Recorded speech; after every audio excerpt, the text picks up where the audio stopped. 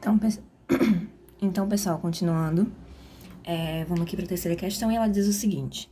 Em uma academia de ginástica, um atleta ergue um haltere de massa de 40 quilos em 2 etapas, do solo até a cintura, que dá 1 metro, e da cintura até o ponto mais alto que seus braços alcançam, que no caso é 2,5 metros. Se nesse local a gravidade é igual a 10, a aceleração da gravidade G é igual a 10, determine a energia potencial gravitacional do corpo em algumas situações. A letra A, ele quer saber a energia potencial no solo. A gente está careca de saber que a energia potencial gravitacional depende do que, pessoal? Da altura, né? Então, se não tem nenhuma altura relativa ao solo, a energia potencial gravitacional é 0. Então, tem que ter alguma altura relativa ao solo para ter alguma energia potencial gravitacional, certo? Então, nesse caso, no solo, a energia potencial do peso, do haltere, é igual a 0. E aí ele pede para calcular a energia potencial gravitacional na cintura, do atleta, quanto é que vai ser. A gente sabe que a energia potencial gravitacional é o quê, É massa, a massa do corpo que está subindo ou descendo, a aceleração da gravidade do local, vezes a altura em que ele está naquele momento. Então, a gente consegue calcular a energia potencial em um determinado momento, em uma determinada altura. Para cada altura, eu tenho uma energia potencial diferente, ok? Então, nesse caso aqui, a altura é igual a 1 metro, que ele falou aqui, ó. A altura é igual a 1 metro.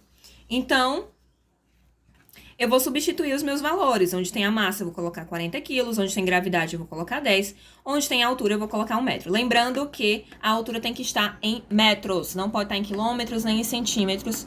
Tem que estar em metros, tá?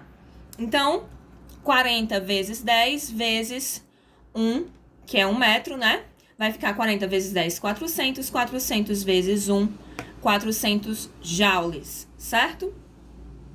Então, a energia potencial na cintura desse peso é de 400 joules. E a energia potencial, ele pede também no ponto mais alto. A mesma coisa, eu vou reaplicar aquela mesma equação, a equação da energia potencial, mas agora considerando a altura igual a 2,5 metros. Então, essa é a mesma coisa, 40 vezes 10 vezes 2,5 vai dar, aqui ao invés de multiplicar 40 vezes 10, eu multipliquei 10 vezes 2,5, é o mesmo que andar uma casa com a vírgula para a esquerda, como vocês já sabem, Então, andei para cá, ficou 25, 40 vezes 25 dá 1000 joules, certo? Então, a energia potencial lá em cima é de 1000 joules, a partir do momento em que ele vai descendo e vai chegando mais próximo do solo, vai diminuindo a energia potencial. Então, o máximo é 1000, no meio do caminho é 400 joules, e por último, 0 joules, que é quando ele chega no chão. E a quarta questão, ela diz o seguinte: um motor de um guindaste eleva um bloco de 120 quilos do solo até uma altura de 20 metros. Então, se a gente está falando de altura, se a gente está falando de massa, vocês já sabem que tem alguma coisa a ver com energia potencial gravitacional, certo? Falou altura, vocês já relacionam com energia potencial gravitacional, ok? Então, quais são os dados que ele me fornece? A massa, 120 quilos, e a altura de 20 metros, certo? Com o movimento retilíneo uniforme.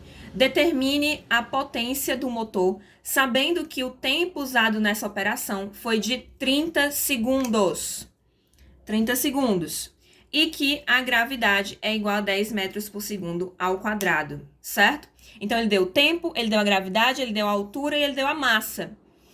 Eu consigo calcular a minha potência. Qual é a potência, É isso que ele quer saber. Qual foi a potência?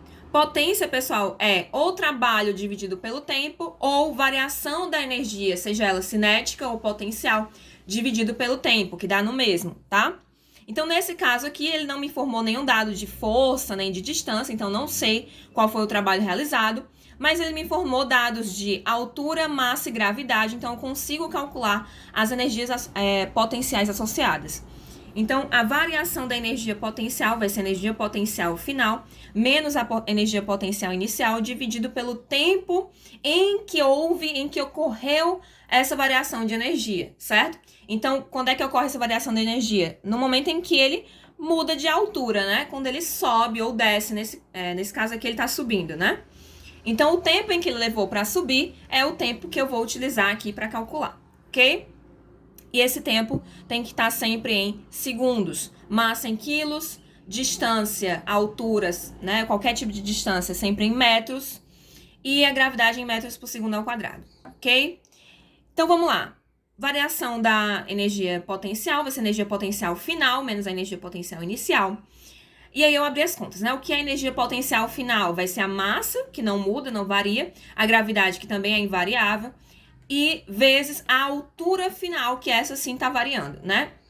Vezes a altura final, menos massa, gravidade, que é a mesma, vezes a altura inicial, né? Então, final menos inicial. O que eu falei? O que eu fiz? Eu peguei massa, gravidade, que não tá variando de um ponto a outro, e coloquei em evidência aqui, e entre parênteses apenas os meus dados que estão variando. Quando eu tenho a mesma parcela multiplicando duas variáveis em uma subtração, uma soma, eu consigo fazer isso, colocar em evidência, certo? E ao invés de multiplicar duas vezes e depois subtrair, eu subtraio e depois multiplico. Então, eu tenho todos os meus dados aqui, ó, bonitinhos, que a questão me informou. A questão me disse que a massa é 120 quilos. A questão me disse que a gravidade é igual a 10 metros por segundo ao quadrado. A questão me falou que a altura final que ele quer chegar é de 20 metros. E a questão me disse que ele saiu do solo. Então, eu já sei que a altura inicial dele é de 0 metros, certo? E que o tempo foi de 30 segundos. Lembrando que o tempo tem que estar sempre em segundos quando a gente está falando de cálculo de potência, tá? Pode estar em horas também, dependendo da situação. Mas nesse caso aqui, a gente utiliza em segundos mesmo, ok? E aí eu vou substituir os valores, né? Onde tem massa, eu vou colocar 120, né? Ali, ó, M. Onde tem gravidade, eu vou colocar 10. Onde tem altura final vai ser 20, onde tem altura inicial vai ser 0, onde tem tempo vai ser 30, tá? Então, 120 vezes 10, 1.200, 20 menos 0 vai dar 20, né? E o 30 repete. Aí eu vou multiplicar aqui, ó, 1.200 vezes 20 vai ser, multiplicar só os números, 2 vezes 12 eu sei que é 24 e acrescento os zeros do lado. Então, tem 2 zeros daqui com 0 daqui, 3 zeros e o 30. Sempre que eu tenho zeros à esquerda, né, nesse caso aqui, eu consigo, numa divisão, eu consigo cancelar esses zeros, né? Então, vai ficar 2.400 dividido por 3.